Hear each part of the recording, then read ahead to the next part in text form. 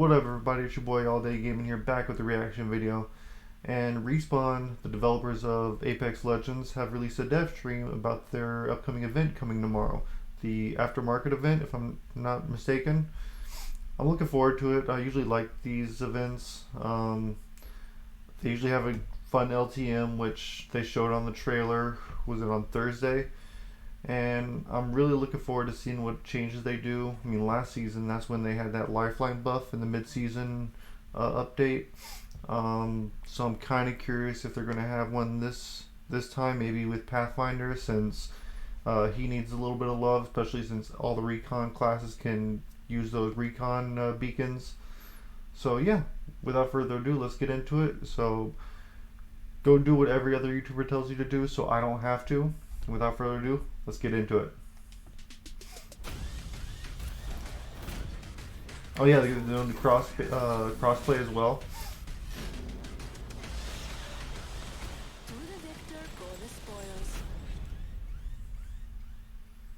Hey everybody, welcome to our next dev stream where we're here to talk about our aftermarket collection event, which launches tomorrow at 10 a.m. Our patch notes are live, the blogs are live, links are in the description. I'll have to check out the patch notes.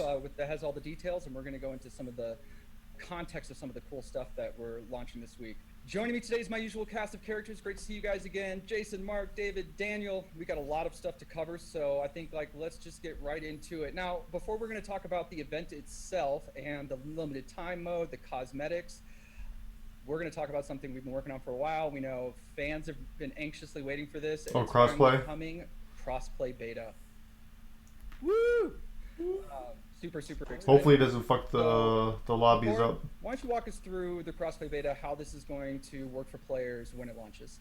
Yeah, really excited. As far as connections go. So crossplay beta is it's the fully featured version of crossplay.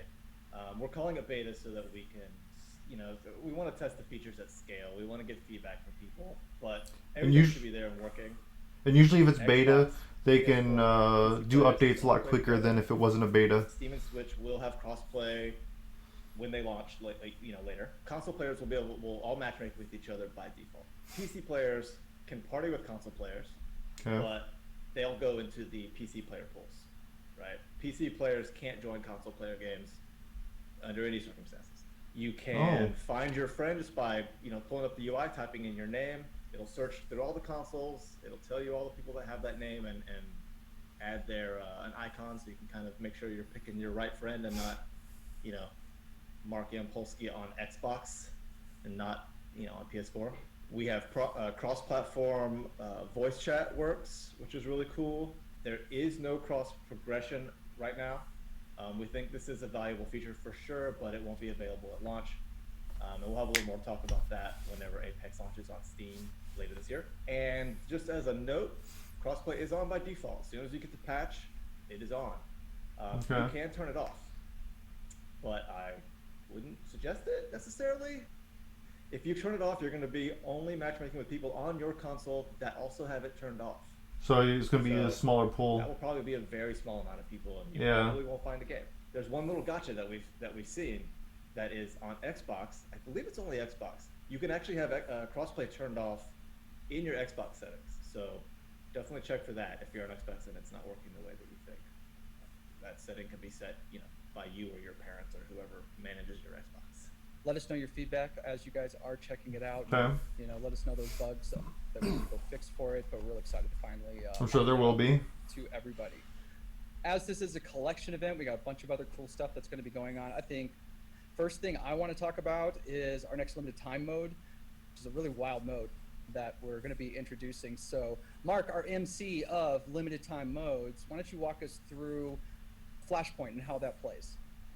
Yeah, so we wanted to really experiment with how healing works in Apex with this mode, and I'm a big fan of Battlefield and Halo, and we wanted to see what a healing system from that kind of FPS felt like inside of Apex. The kind where you don't have to use syringes or shield cells, and instead, I wonder how fast it goes up. as long as you're not taking damage for a certain period of time, you're going to auto heal. Okay, that answers that question. What kind of? So really the centerpiece of this mode are these zones called flashpoints, There's a lot of them. which are these massive zones that we dot around Kings Canyon. So these flashpoints are special because inside of these zones, these are places where you can regenerate your health as long as you're not in combat.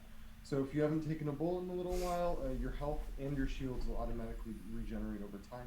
You have to learn where these are pretty quickly because in this mode they're the only way to heal.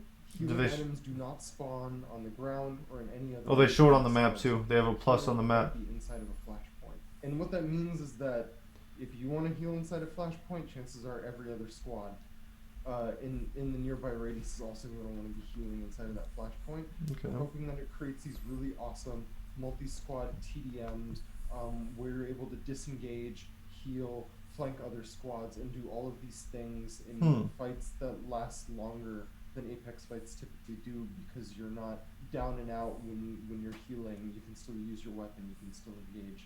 We think this is going to create a really interesting combat dynamic.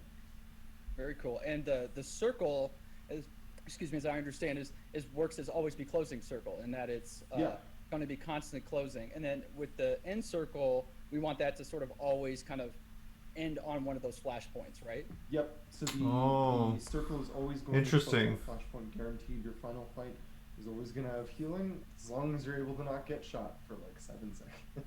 I'm already excited to watch those end games.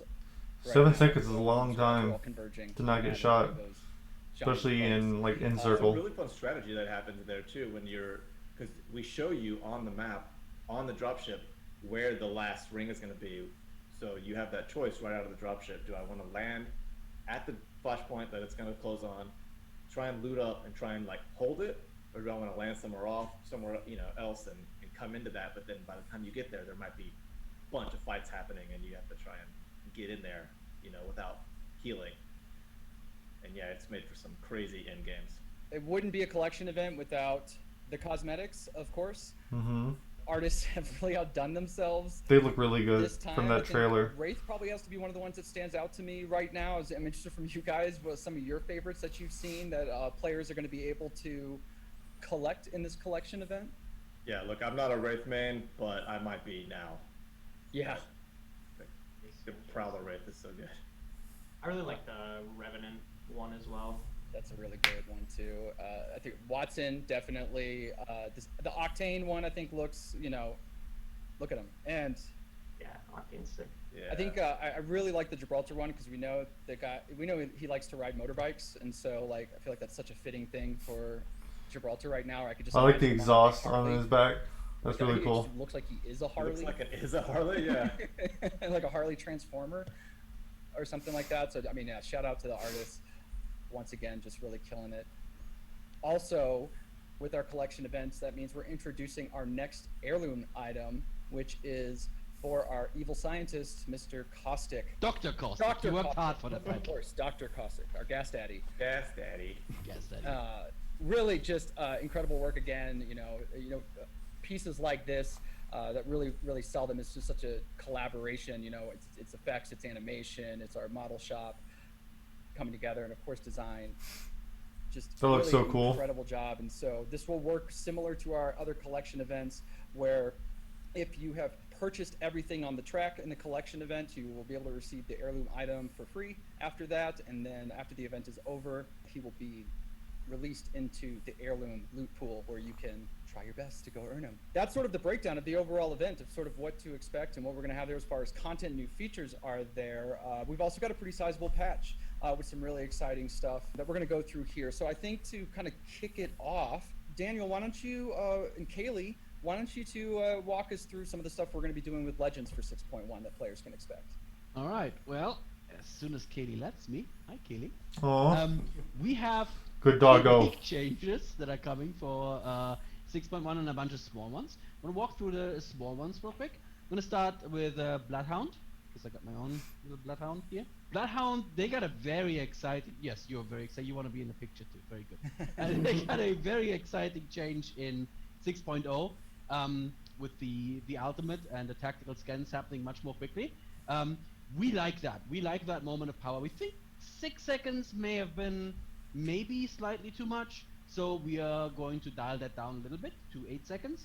And as I point out in the patch notes, which you're probably reading along at this moment, that means with a 4-second scan duration.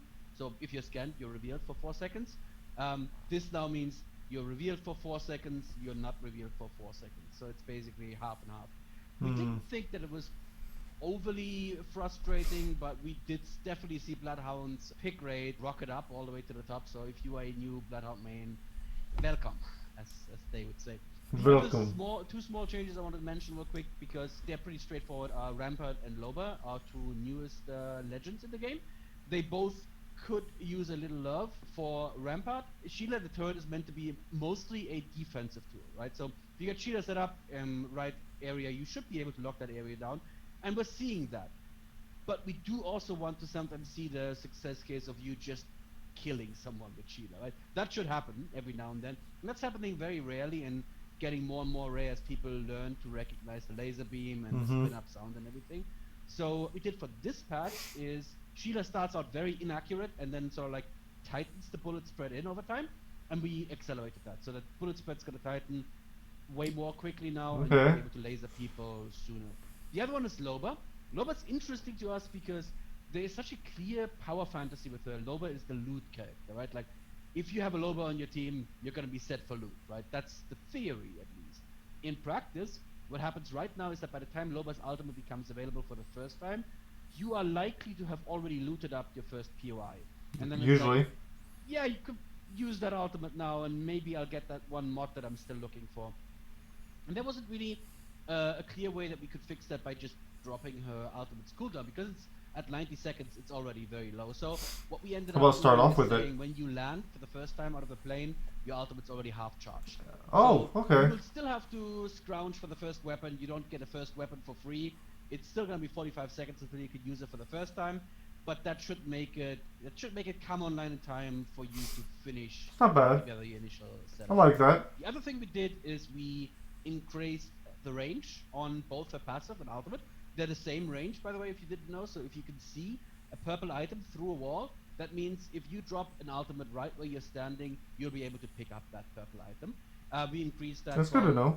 I didn't do the conversion, but it's 3,100 units to 4,500 units. That should give you a rough idea of how much it increased. I don't know what it is in meters. I'm a bad European. It should allow her to get a much larger percentage of most POIs. I know, for instance, if you go to Capacitor, you can now get most of the big buildings Capacitor into one out, which feels really good. And by the Not way, bad. landing Capacitor as Loba feels extra good because getting a second charge of that ultimate right away feels pretty nice. You should try it. Alright, that's the small stuff out of the way. Two big changes are happening this patch. Pathfinder? First of all, let's talk about Wraith. Okay. Wraith is, No. no surprise to anyone, the most popular character. Don't nerf her in the game. If you again. look at just like the history of the game, and not only has she been the most popular, she's also been the most powerful along all of the axes of power that we look at. So she's not just a little bit better than everything else. It's like Wraith is up here, and then everybody else is like in a group down here. So she's very powerful. And we've tried to nerf her a bunch of times by attacking her abilities. We increased the spin. Or are you doing a revamp? Last time of her tactical. She has the 1.25 seconds now where she's vulnerable, where she's like going into phase.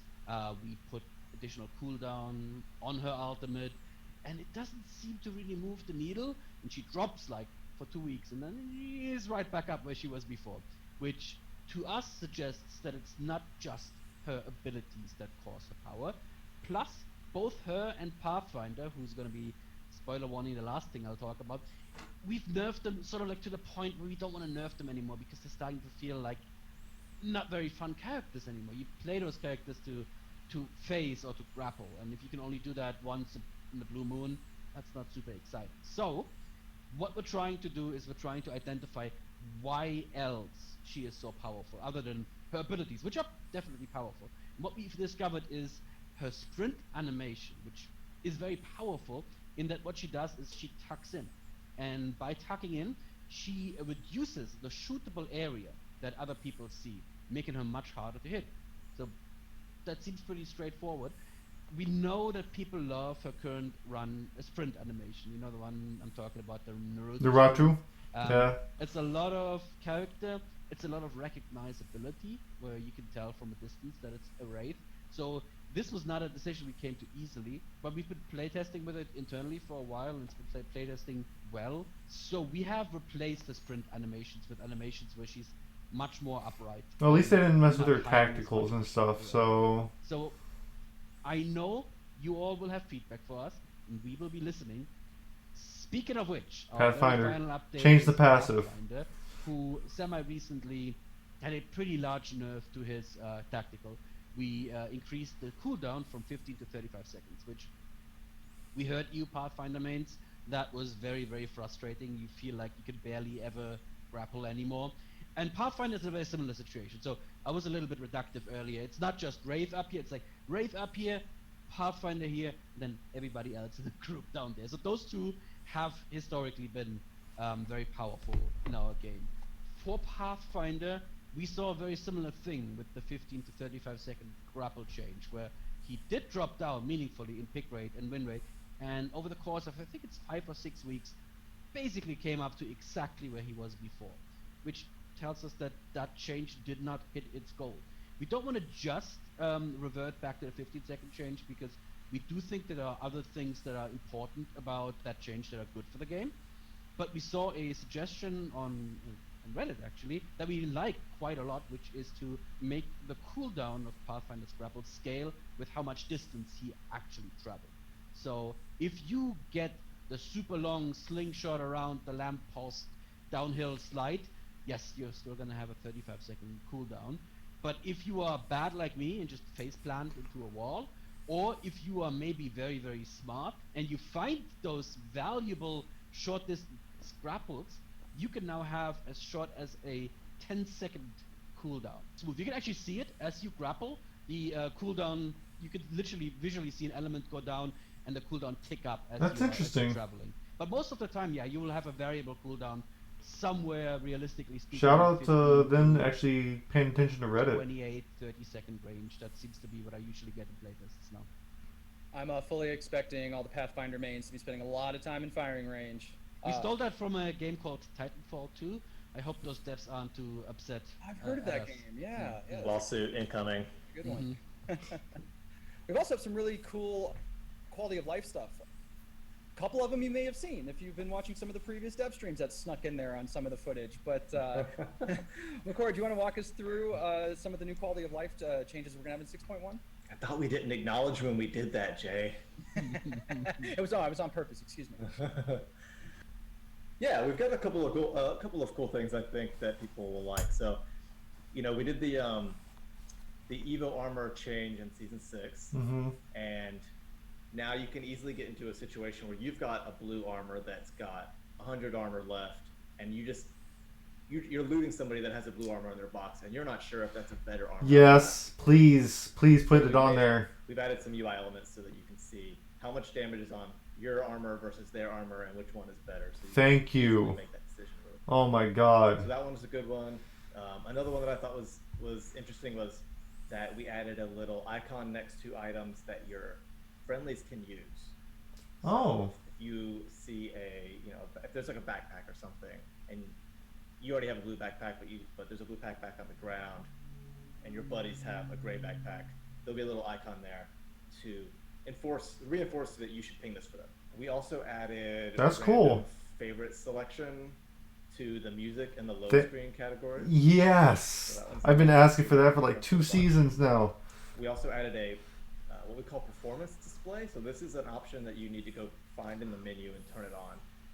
It'll be off by default, but when you do turn it on, it'll come up in the top right, and it'll give you some information about how your game is Oh, performing. okay. It'll give you stuff about your frame rate. It'll give you some stuff about your ping and your packet loss and stuff like that. So the information's in the patch notes. Oh, that's So cool. you That's just a cool quality of life. to want to look at that. I think that's going to be really good for people to help understand why they might be experiencing some lag.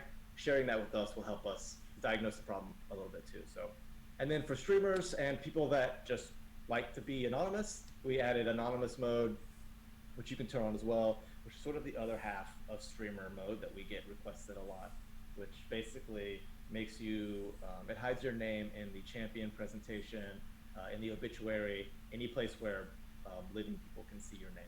there's some other stuff in there, some Cool. smaller stuff. So definitely check the patch notes to see the rest of the smaller things. And then the last thing that I just wanted to touch on was audio feedbacks that we've been hearing from the Footsteps. community. We know that there are issues with the audio right now. I just felt like it was really important that we say that. We are, every patch we work on audio, and it's just a beast that we're battling with. So I wanted to give a little hope that we are doing some more significant changes to address this in the future. Just know that we know, and we're looking at it and we're working on it. A lot of people are working on some big stuff to try and make this better. So. Yeah, I think we're looking forward to kind of like, of course, shipping some of those changes, also talking about them a little bit more in detail. But yeah, appreciate kind of us just, you know, McCord letting all of our fans know. We hear you. We hear yes, you. we hear you. Ha, we hear you. We also have some weapon changes that are coming in this patch. David, what you got for us this time? All right, so we have a couple adjustments, and I'll also make some note on a couple of things we're looking at but not currently adjusting in 6.1 here. So one of the weapons that we improved a lot in Season 6 was the triple take. One major thing we did to it is we integrated the choke into it by default.